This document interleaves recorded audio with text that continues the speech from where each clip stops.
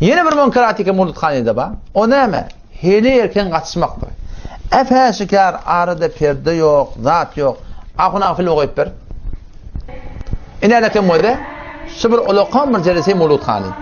Bir de, iki de, üçte umum Türkmen sarada umumi suratında, şu suratında efe şikarsılarda tutuldu. Ve kıynandak da Hazreti Rahman ahun tegnahun takdir tananın ölmedir tesnüğünden şunu mengedeş filmler belki bundan da bağlaqim bedrak celesenen filmleri efe şikar bağlaqim paylanttı, kökattu, inalekim o da bakun ağın o da inalekim o da hâlelekim helenin ahını girip var ya inalekim anrak barında görürsün. Şol evde bir takdirlen oğlanları tüy ki Türkmen sarada men ip duran adamdan şak bıçak heleyle bilen maraqim karşı tüyler Müslüman doğun. Aya şeyde bir dat Kur'an'ı tersten o da bar Kur'an okuy. Allah Teala ne diye? Kul lil mu'minine yaguddu min absarihim ayet ey Resulü Hudaş imanlı adamlara yaguddu min absarihim namahrem göllerine göller ete okudular. Bulayne alekim gözünde şekkarak afaşka göde atı. Ve kul lil mu'minati yagudunna min absarihinne ey Resulü Huda denanalara da ayet başında mehrem göllerine göller ete okudular. İnalekim o da ceridani afaşkar şak bıçak onunla da filmler dali etti, onun ekdalttı, onun unutturttu. Ayet şu celese doğruca Kur'an tersten Müslüman doğun. Kur'an 53. ayet sureye Ahzab'da okuy. Ve izâ se'eltumuhunne metâ'i peygamberin yaralları, peygamberin helelerinden bir daha soracak olsanız fes'elûhunne min verâi hicab perden idinden soran. Perde nerede hani? Ham perde. Afaşkar helelere kaçıp şu doğrultunda şeyde afaşkar gezmeklik Ustad-ı muhterem Hazreti Rahman Davun tegnahun takdir taala ayet şiş haram değil mi? Hadise geliyor. Sen ki inem hadise dayanıyordun. Abdullah ibn Mektum bir kör sahaba. Anırdan geliyor. Hazreti Ummul Mu'minin Hazreti Hafsa bilen Hazreti Meymune galiben iki tane Peygamber Hudasa'nın mübarek denanlarından yanına durulamıştıkla anırdan kör adam geliyor.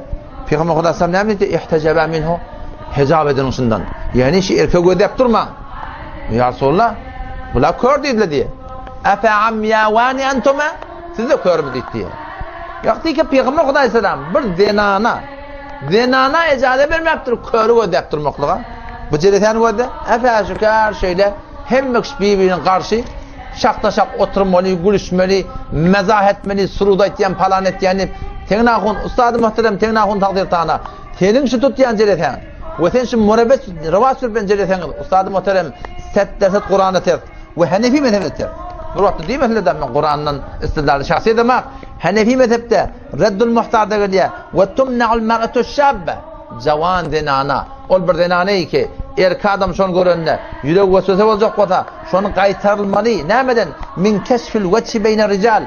Erkek adamın arasında yüzün açmaklıktan denananı kaytarmalı. Ama kaytarma nerede? Yine ve de takdirin o filmini getirse da o da ne alaka? O da Ustad-ı muhterem şeyle bu da şeriatta nerede var? Mun kaptırılan saz-ı musiğini o da şu saz-ı musiği bilen sizin ettiğiniz son pul seçmektir. Kitap ne diye? Bir Hanefi mezhep olur diyanlar. Ve tumna'ul mer'atu şabbe. Yaş denanaları kaytarmalı min keşfil veçhi beyne ricalin erkek adamların arasında yüzün açmaklıktan. Yüz açmadım bu işi. Bir gelip sizin üstünden pul seçiptir suratında. Ustad-ı muhterem ayet şeyli bir celeselerden millete sogap kantama olmaklık, sogap deyip aytmaklık, sogap deyip rahnama etmeklik, ayaşı dindariye karşı soğuk vermeklik mi? Camiani ya bidiniye karşı soğuk vermeklik mi? O zaman siz aytiyatınız, tamana siz ıslafın indi, biz ıslafın indi de bir defa aşkar görüp tuz. Kede şeriata ters saatler varken camada ziyaret ettirdim. İnalekim 31. ayeti barda göde, Sure-i Nur'dan bardan göde. Ve la yadribne bi erculihinne liyu'leme ma yukhfine min zinetihin. Allah'ın aydanı. Denanların ayaklarına Peygamber Aleyhisselam vaktinde düğmecikler varmıştır.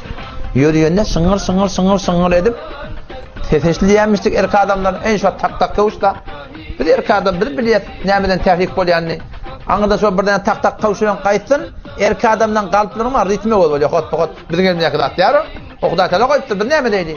Şu zamanla denanların ayaklarına düğmecik bağmıştık. Allah tebarek ve teala nehyediptir şu denanaları. Ve la yadribne bi erculihinne ayaklarını yere vurmasınlar. Şun sesini, düğmelerin sesini erkek adamını eşittirmekliği şeriat taydan günah diye koyupturlar. Vakti iş köşü düğmenin sesini eşittirmeklik. Baş erkekler adamlara günah bolayan olsa Ustad-ı muhterem Hazreti Rahman tegnahun takdir taala. Şu sizin tutup veren celeseniz Jere tereňiz, oşo dogratynda namaz berip duran adyňyz musulman dogan bir nirde sogap bolar. Oşo dümen tetneşdirmekde haram bolýan bolsa, bu aýdyma başlamyň, sazy başlamyň, bu form musigiýete aýra, o haram ekde ortak getirip de bundan bereket hantama bolmak aýra, bu form israf tebzir aýra. Şu dogratynda äpäşkär helele bilen gatşyp da, şu dogratynda oturuşyp da barahym mulut kaniyet ýani yemeklik ayaşı şeriatyň niýetinde şun jaýgaty bar. Haýyş etýän ýani şu wagada ba bolýan bolsa, bir de aýdyp beriň, biziň gören adamymyz Hanefi mezhepden şeýle. Marhul Kur'an'da bir okuyacak adam okuyutun 9. cildinde 514. sefretinde şu tercüme-i farsiyetinde Allame Cessat rahmetullahi aleyh 700 illamın navaliyalından kitap Hanefi mezhebin kitapları yudnine aleyhinne min celabibihin 59. ayet Ahkam-ı Kur'an kitabının adı 59. ayet Yankı Sure-i Ahzab'ın mahtetini görürsen şu taada da şu yankı gurrun getiriptir ki vakti zinanın ayağın tesini eşittirmeklik şeriat icazet vermeptir. Ne yapalım şeriat icazet verir? Zinanı camada yüzün kokut gelmektedir.